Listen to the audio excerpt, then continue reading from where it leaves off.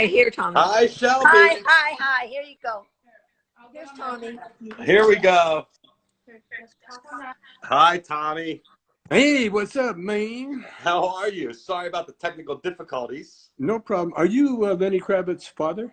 I'm his illegitimate son. Oh, you are. Oh, yeah. No.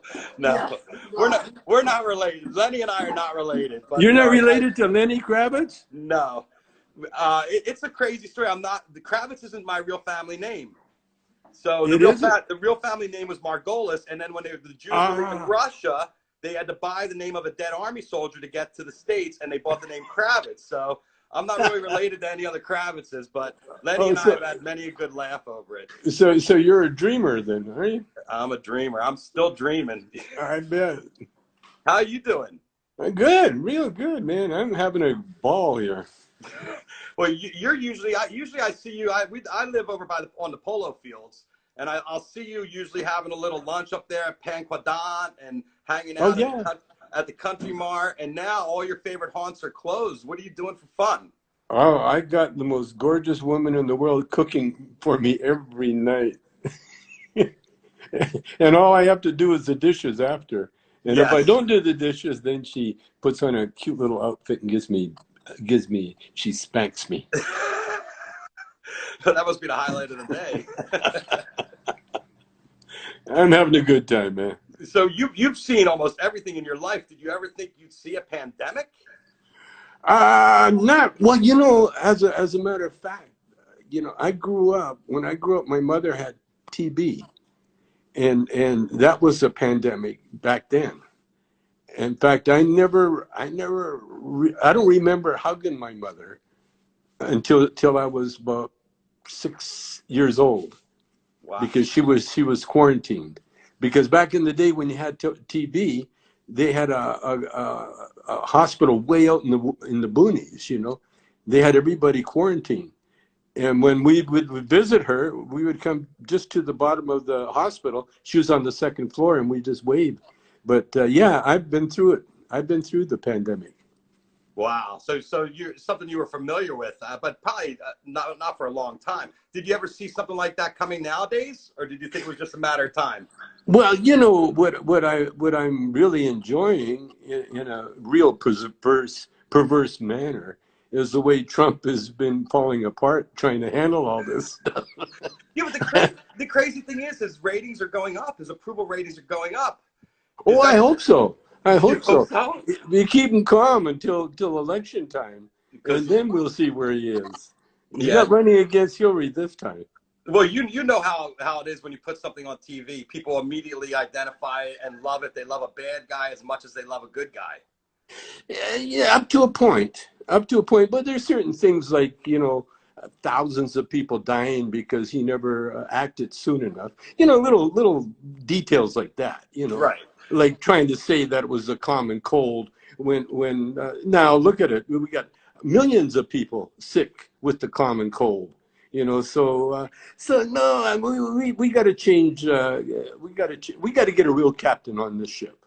Oh, I agree. I think that anybody that lives in California agrees. Obviously, we're all on the same page. Oh yeah, I mean across the world. I don't know anybody. Maybe the Russians, but even the Russians. I think Putin's sort of sorry what he did too. He's sorry? Yeah, I think he is. About doing what? About bringing Trump in there because nothing's been lifted. You know. He gave Trump all that money and he got nothing in return. So everybody, you know, when you deal with Trump, everybody gets hurt, you know? Yeah, everybody gets hurt. Well, I was raised in Atlantic City, New Jersey, so I watched that firsthand when he was in the 80s and just ruined everything. And it's amazing how the people there support him and people still support him, even though he's went in there and trashed that city. New Jersey is a real stronghold for him in South New Jersey. It was. Yeah, it was. It was. I just think that he was trying to get Tony's job, Tony Soprano, you know? I think he was trying to get that part. Well, he's still playing that part, man. Well, he still has it, right? He's still the mobster. Yeah, that's all he knows. It's like watching bad TV. It really is like watching a bad television show. It is like an old-fashioned gangster movie, you know. It's crazy. Well, Tommy, you know, you were a freedom fighter, and when I started going through and doing my research on your life and your history, I was born in '62. In '63, you were in a rock band, and you were charting and writing pop songs, and you know, you were in a completely different industry. Oh, totally. And nobody else was doing that in those days. Like, to be an act, was Elvis your big? Was he your guy? Elvis Presley. When I saw Elvis Presley, I knew what I wanted to do with the rest of my life. I knew it, you know. Which was to be a rock star, and well, not so much being a rock star, but be in the business, you know. Because there was an American native named Dick Bird that I was in Army Cadets with, and he was an Elvis impersonator. And so when we were both in high school, Dick and I would play for the noontime assembly, and we had girls screaming and you know, and I was going to say throw their panties, but they weren't at that time. Not that. They were throwing pencils and stuff. No, as soon as I found out that rock and roll and I got along, then I knew exactly what I wanted to do with my life, you know. And then a couple years later, like right around then, the Beatles came out, right? 64. Yeah. Well, we'd been playing longer than the Beatles. I had a band, you know, the Stones and the Beatles. We all came out around the same time. You know, I was playing in nightclubs by then. I was playing in nightclubs in the '50s, the late '50s. Crazy, like totally groundbreaking. Yeah. What was the first time you remember somebody talking about marijuana? I was 17 years old, and a bass player, a jazz player from Calgary, a Chinese guy, Raymond Ma. He showed up at the jazz club one time with a Lenny Bruce record and a joint, a marijuana cigarette. And so I put the cigarette in my pocket, and he lit up his own. He lit up one of his own. And then I did the rat test. I did just a couple of tokes, and then it changed my life. As soon as I got that. And the joint that he gave me, it lasted a month, because I just take a couple of tokes, put it out, you know, just savor and I've been a one toker ever since. 1 or 2 tokers. Oh, that's what you do? You just hit it a couple times and put it down? That's it. What was scoring weed like back in those days? Which was what? How did you score bud back in those days? Just by luck. It was the jazz musicians and the porters coming up from the black porters coming up from the States into Canada. They would bring up not so much weed, but they would bring up the good records, you know, the good rhythm and blues records. And then it was just by luck, you know. And then I hooked up with the Bob Dylan crew. Remember that song, Tambourine Man? Yes, sure. Okay, well, the guy that Dylan wrote the song about, he showed up with some LSD, and that really changed my whole life. What year was that? Was that 64? That had to be 64, 65. Wow. 64, 65. And then I did acid, and it's changed my life. Here I am. Unbelievable. Do you still trip? Do you still take a little bit? Do you still microdose or anything like that? Well, not on purpose. Everything I do now is accidental. Like I'll eat a brownie that I shouldn't have eaten, and I'll be in a coma for about a day and a half. You know, no, I'm very, very lightweight when it comes to smoke. You know, anything, and especially acid. I had one bad acid trip back in the '70s, and that was the end of that, you know. Oh, you stopped. You weren't taking it anymore, because now everybody's microdosing, taking 1/10 of a hit on. For multiple well, weeks. we did that way back. We did that way back in the day, my wife and I, you know, she was my girlfriend back in the day, and now she's my wife, and that's what we did. We would just do a little bit of acid, have a great time, and it was the good times. But it cleared my mind, and it cleared my soul more than anything, because I really saw the light. I saw some very clear light, and that's why I'm still here today, still doing it. So your leap to comedy, was that something you were doing before you met Cheech, or was that something you got? Well, kind of before I met Cheech, when I was on the road with the band, I discovered the Committee, and I discovered Second City. And it was very underground at the time, you know. I saw Second City when Peter Boyle was one of the cast members. Oh, wow. And that's way back in the day. And all the guys in the band, they were going to go see blues guys. Well, you know, I played the blues. I didn't need to see anymore. But the comedy really caught my eye. And it was just walking by the club, and I saw it. It looked so interesting. And then I went in, and then I got involved in the improvisational aspect of the world. And then when I went up to Canada to work on a nightclub, that we had a family-owned strip bar and an after-hours club.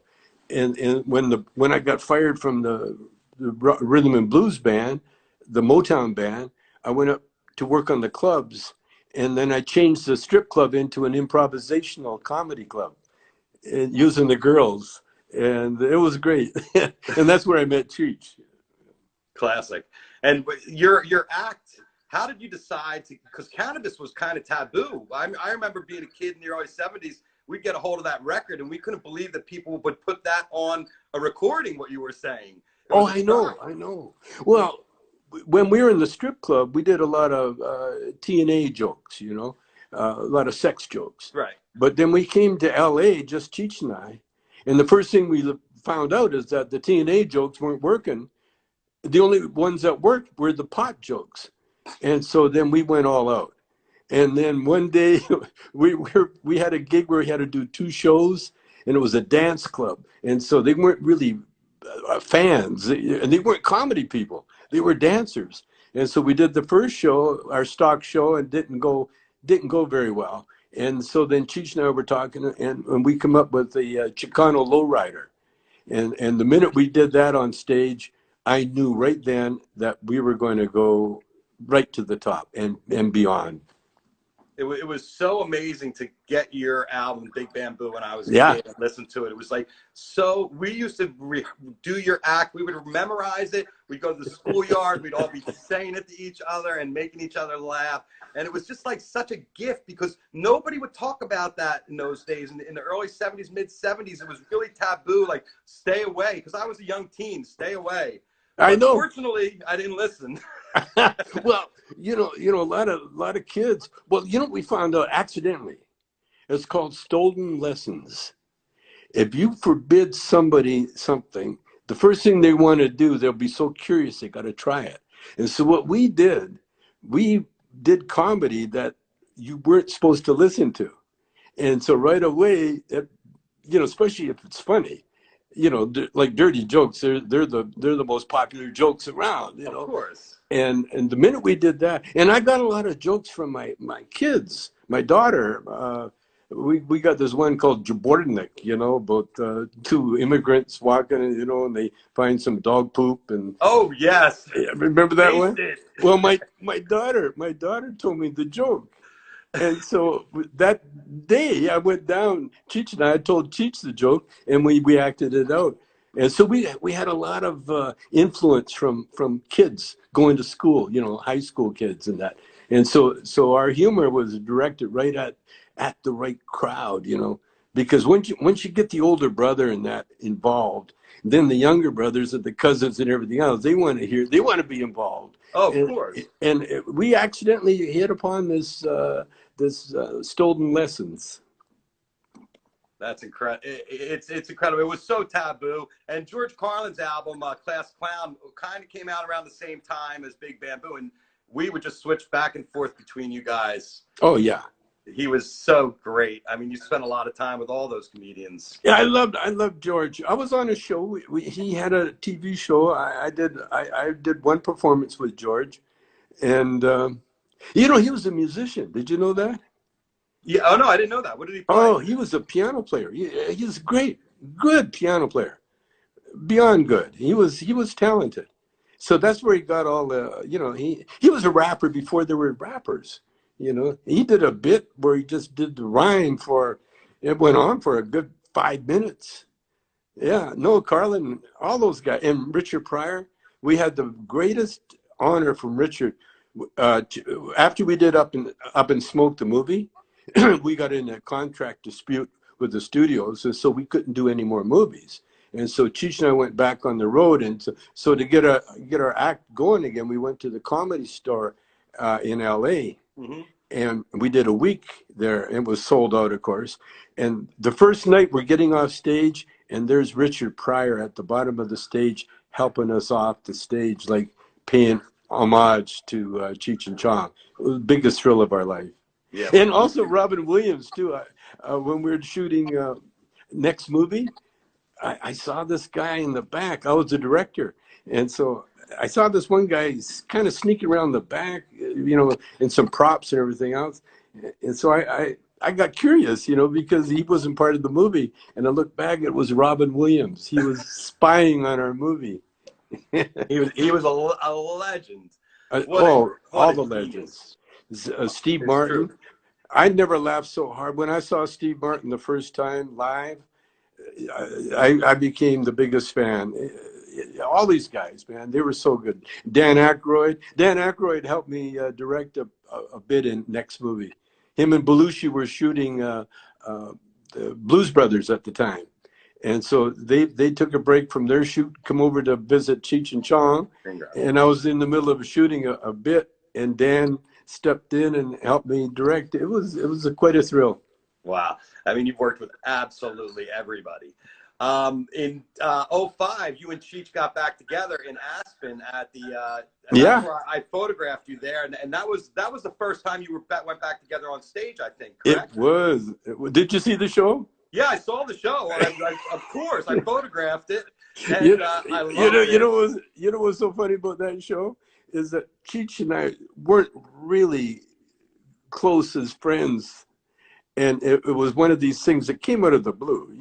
They said, I just got out of jail, and Cheech, and they're going to honor Cheech and Chong, and I'd been doing comedy with my wife, stand up forever, and Cheech had just been doing Nash Bridges with Don Johnson, so Cheech wasn't really ready to get back on stage like I was, and I had a whole act about talking about him and Don, and I squeezed it in there. Oh my God, Cheech was in the back walking around like a caged tiger. He didn't know what to do.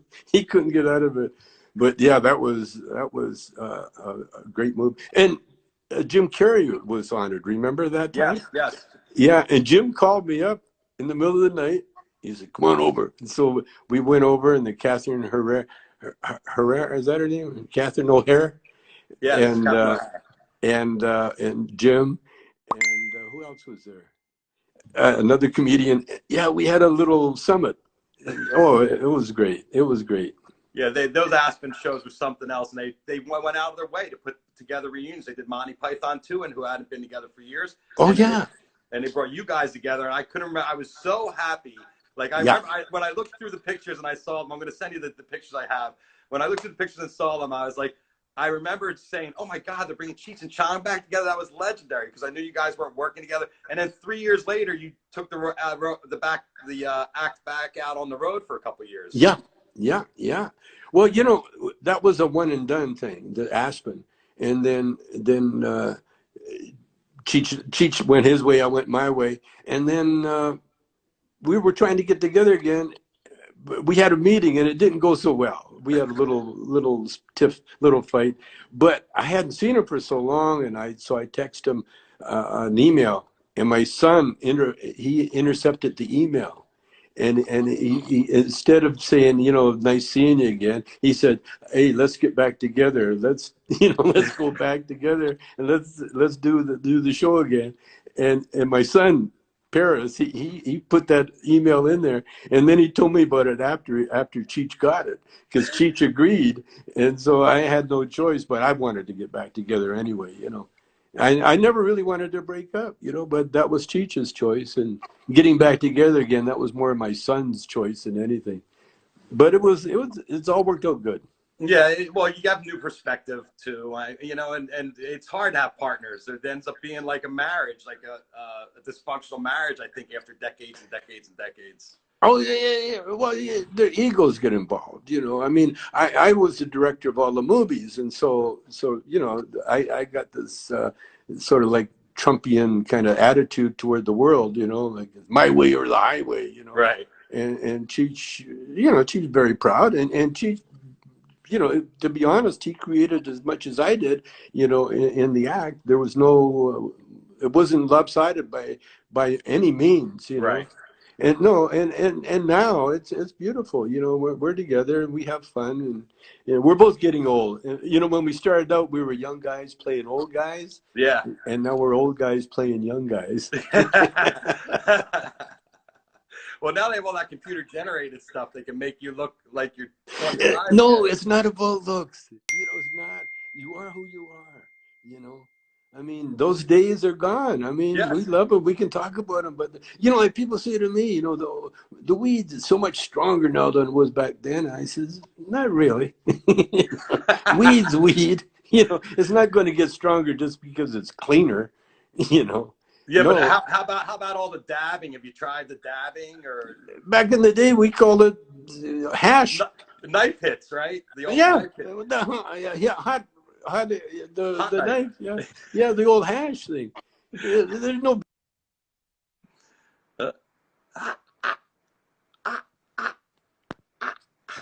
Ah, Welcome back. I just love technology. It's, there you go. Now you're back. Okay, I'm back. Yeah, you're back. It's like a brain fart. Yeah, so you don't think the weed's stronger now than it is? You think everything's been just as consistent? I mean, now you're in the business. You have Chong's choice. I mean, you see what these guys are doing with the new technology, with the way they're growing and everything. Do you find it's affecting it differently, or it's the same plant pretty much? Oh, totally. In fact, as soon as they get it, you know, legal to the point we can bank our money, you know, I'm going to start a movement to make all marijuana use medical, because it should be medical. It is. We got it legal because of medical, But and there should be no such thing as recreation, you know, because it's a medicine. it's all use is medical use. Yes. Yeah, it's a medicine. No matter how you look at it, you know. If you look at it, you know, the right songs, it's still a medicine.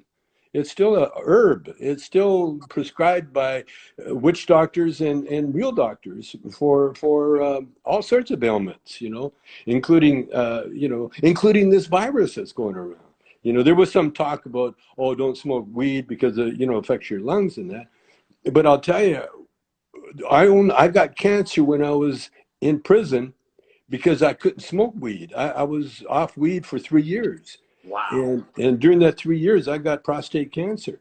And then when I finally got healed, I used the CBD, you know, and the THC to help me heal. And the way it helped was that it calmed my mind.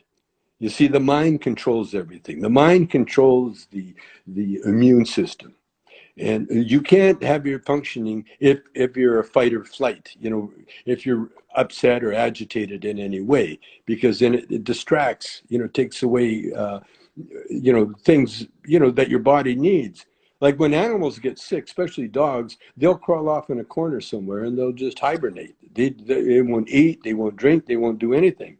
And that's what humans need to do. And that's what weed does, help you heal. Look at me, I'm 80 coming on 82, man, and I still can afford a beautiful wife. And a beautiful life. Yeah, oh, my life. So It's so beautiful. you were an early member of Normal. Yeah. And that was a huge organization, national organization for the reformation of marijuana laws. That's right. And I don't hear much from them anymore is that because of where we are? Yeah. We reformed them. You know, that's, you know, I felt the same thing, you know, with Cheech and Chong, somewhat, you know, because we did our job. We got it legal, and now we're like becoming what do you call it, trivia questions. Did you see it happening in your lifetime?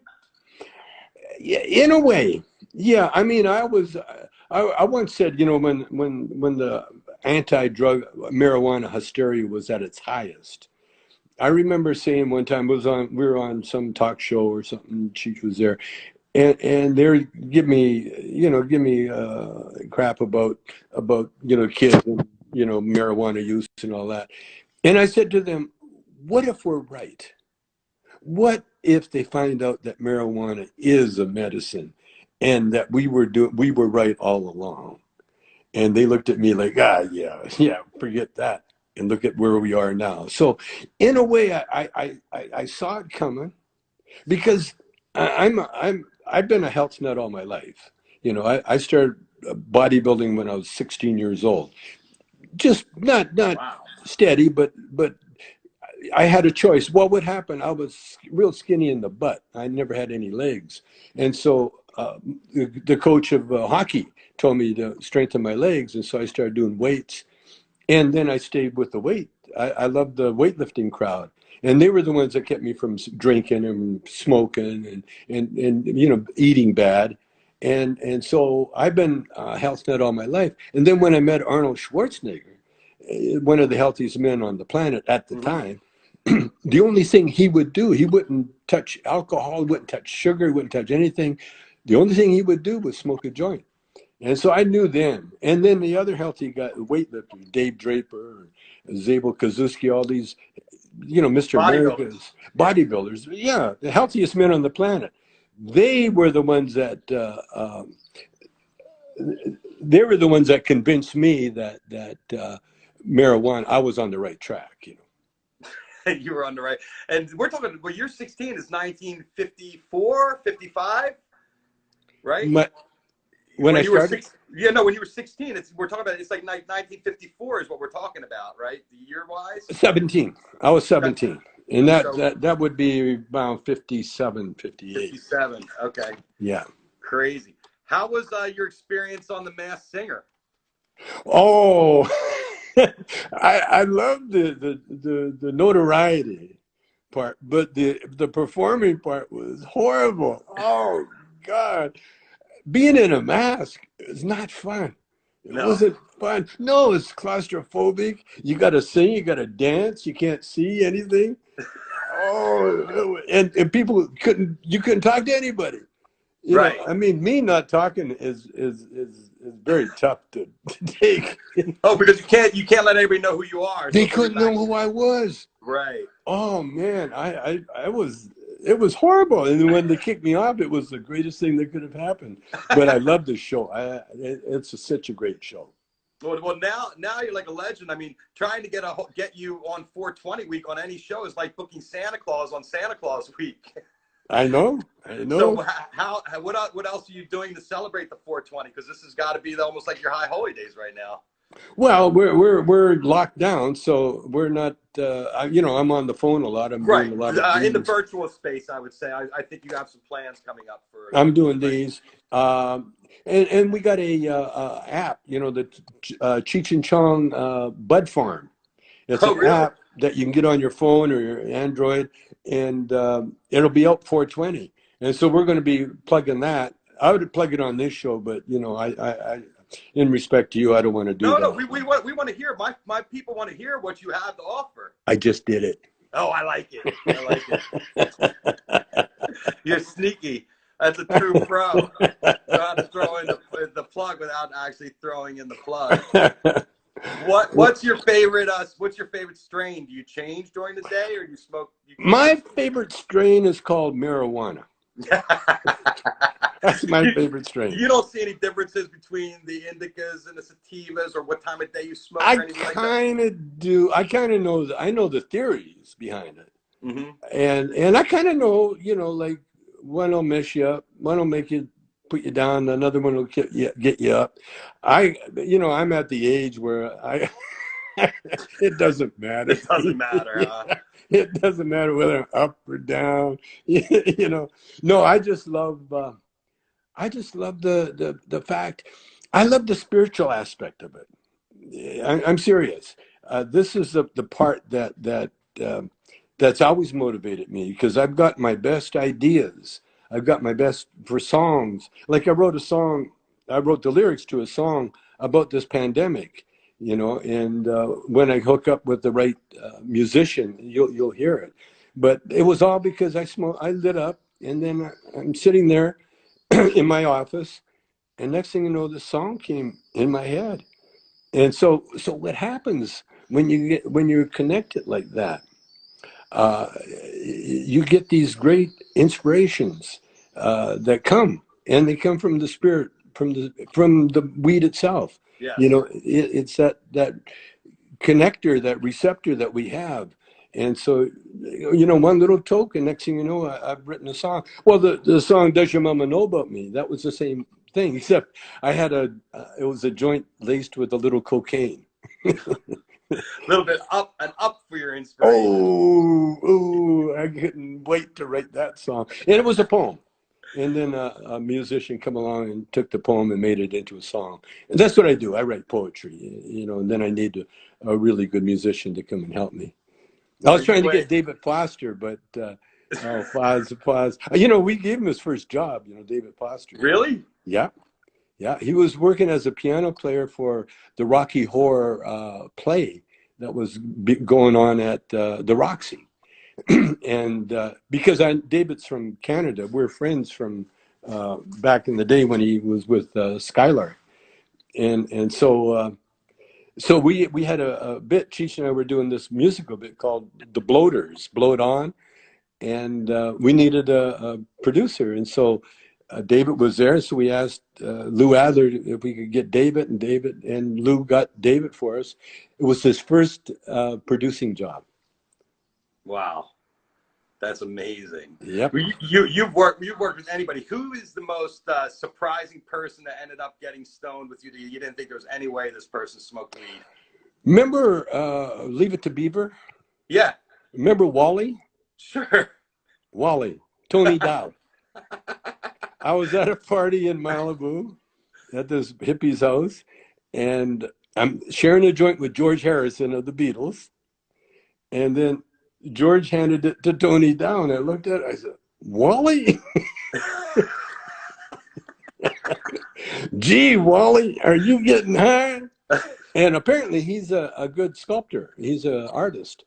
And he's been getting high. He was getting high all during the show, you know, when he was on Leave It to Beaver and everything else. But I think Tony Dow was probably the most, the weirdest guy anyway. How about politically? Politically, let's see. I don't want to out too many people. Oh, come on. Especially. Most of them are probably dead already anyway. But you know who I met? Hunter Biden. Oh, really? I met Hunter Biden, yeah, because I know he's a partier. The rumors. Oh, yeah. Well, you know what he is? He's an artist. Oh, really? A fine artist, like painter. Wow. He does it, and he's got a weird way of doing it with somehow with the tubes and stuff. You got to check out his art. I've been trying to, you know, when this Hunter Biden investigation was going on, I was trying to get him to say, yeah, you know, I was underground painting, you know, I was on a special mission, and I was disguised myself as an artist and to sell his art, you know. But the Bidens are too straight to do that. You know, it was Joe Biden law that put me in jail. Did you know that? Really? Yeah, he had a law, a paraphernalia law, that said that if you carried some dope drug paraphernalia across state line, you were subject to federal penalties. And the only state in America that was, enforcing that law was Pennsylvania. And so the underground cops, the DEA, they tried to get my company, or my son's company, to ship them some, and we wouldn't do it. And so they finally showed up in person. Then they put an undercover agent in our organization, and then they shipped the bongs to them. And next thing you know, they told me that if I didn't plead guilty, they would go after my wife and my son. And so, of course, you know, I'm not gonna let anything happen to them. You fell on the sword for your family. Oh, absolutely. But it turned out to be one of the best times. I turned it into a spiritual retreat. I really did. Because you couldn't smoke. No. Right. There's No, no all weed I in could prison. do is hang out with the natives and do the sweat lodge. And so we did the sweat lodge every Saturday, and it was phenomenal, phenomenal. So Had a great you time. were 9 months or so in jail, 9 months. and then you were another 2.5 years of probation or so, something like 1 that. year, just 1 1 year, year. 1 year. And so I never smoked for 3 years. What was your first hit like after that? Yeah. Oh, I fell on my butt, almost killed myself. I was in Vancouver on my beach. I got a beach house in Vancouver, and I went down to the beach, and there's a lot of logs there, and I had some of these skateboard running shoes on, and they weren't made for walking on logs, and so I toked up, and I'm walking. I was going to walk and enjoy the scenery, and next thing you know, I did this big old pratfall.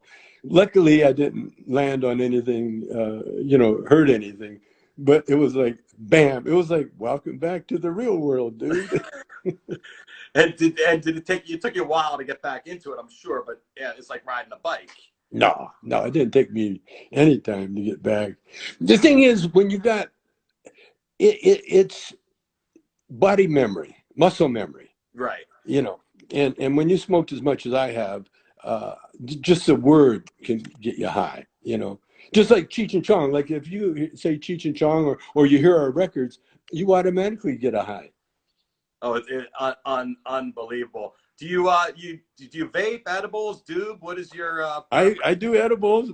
My wife and I we're experimenting, so she made some of these oatmeal cookies. And so I was putting weed in there, and she kept saying, "I think that's too much." And I go, "No, no, no, no, no, no." So I put in so much. I ate one cookie, and I sat in on the kitchen chair all day. That's 8 hours.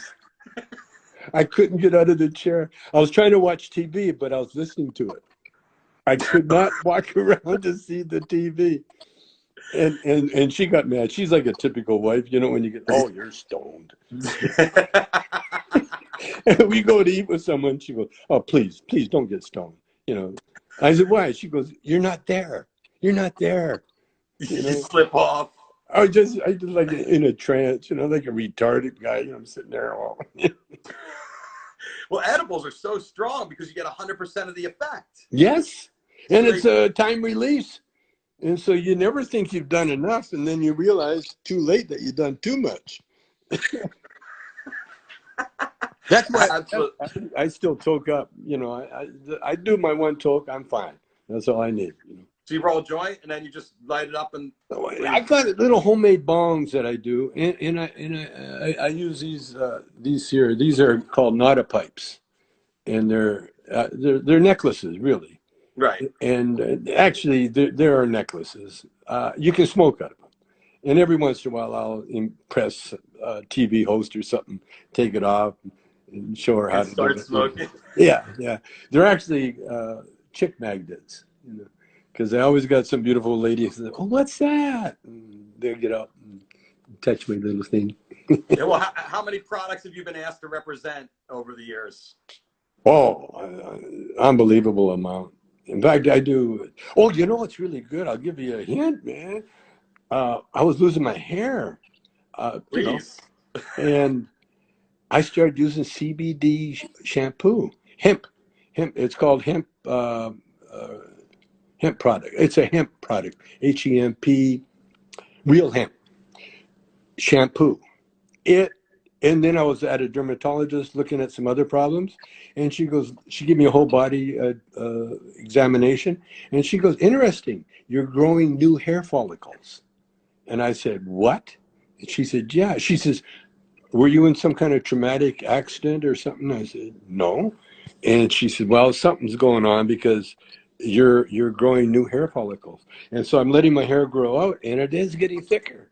Wow. Amazing. Well, guess what I'm buying on the way home? Yeah, CBD. CBD shampoo. That is beautiful. And conditioner. That is crazy. What? So you were in prison with the Wolf of Wall Street. Sure was. Did he give you any investment tips? Actually, the best tip he gave me is don't come near that. don't come near. Don't play the market. Don't come near it. You know, it's a gamble. You know, it's gambling. No matter how you look at it, it's gambling.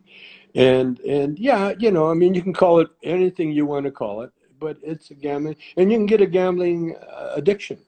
And the thing is about Jordan, you know, he was really good at making money. That was his only thing, you know, making money. But he's a genius. You know, I found that out, you know, hanging with him. Well, we shared a cubicle, and he would go play tennis. And while he's playing, he'd be talking to someone and playing backgammon. He was a multitasker. He would play backgammon with some guy, have another conversation with someone else, have something else going on. And then I started writing my book. And then every night he'd come in and look at me and say, "What are you doing?" And one day he goes, "What are you doing?" I said, "I'm writing a book." He said, "I think I'll write a book." And so he sat down, you know, typical Jordan fashion, you know, he wrote a couple of pages, then he handed it to me. You know, he was real quick. And he said, "What do you think?" And I read it. And all he did really was, he's got such a photographic memory that he could copy anything. And he copied Tom Wolfe, Bonfires of the Vanity. And I saw that right away. And I told him, he said, "What do you think?" I said, "Yeah, I haven't written anything, man. You just copied Tom Wolfe." He got really, really upset. You know, I hurt his ego. And so, but he was smart. He goes, "So what should I write?" And so I told him, I said, "Write those stories you've been telling me every night. They're phenomenal stories. The Wolf of Wall Street didn't even come close to the stories that he told me. And these were real life things that went on in his life. Unbelievable.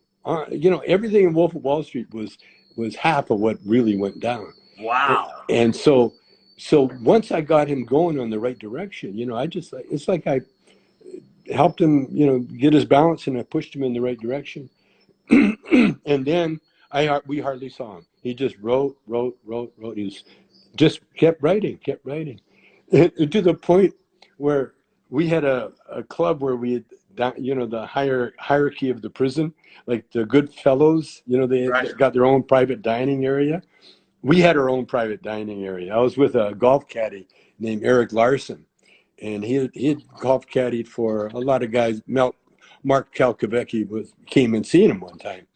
And he was in there on a very bum rap. You know, he was a user, but they tried to get him as a kingpin cocaine dealer, and he wasn't. And he was. They tried him twice. The first time he went broke fighting it, and he won. And then they refiled the charges, and so then he ended up getting 14 years. Well, because of his intelligence and intellect and everything else, he formed this private little dining area, because he also ran the garden, the vegetable garden, where we'd grow food for the food bank. And so we had gourmet meals every night. Well, then, but we had rules, you know. The new guy had to do all the pots and pans.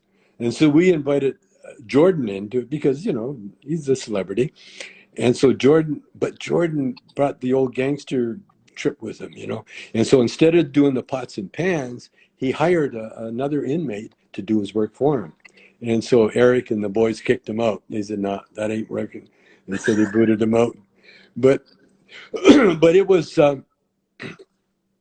you know, I met some beautiful people there. I met Reagan's speechwriter, a lawyer. In prison. Oh, yeah. He was doing, there was a lot of like name athletes, famous athletes, who I won't name because they sneak them in there, do their time very quietly. And a lot of lawyers, a lot of business people. That's where Haldeman, Ehrlichman did their time. Mm-hmm. And you know, all those. So it's a white collar crime. It was a camp. It was a camp. It was fun though. I enjoyed it. I got chewed out one time when I first went in. No one told me about the 2:00 in the afternoon count where you have to be beside your bed. And so I was in the garden playing, doing something.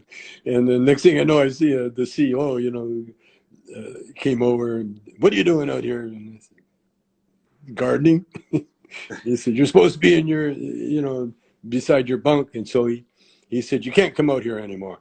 And so then after a few days went by, then they pulled a few strings and I was okay.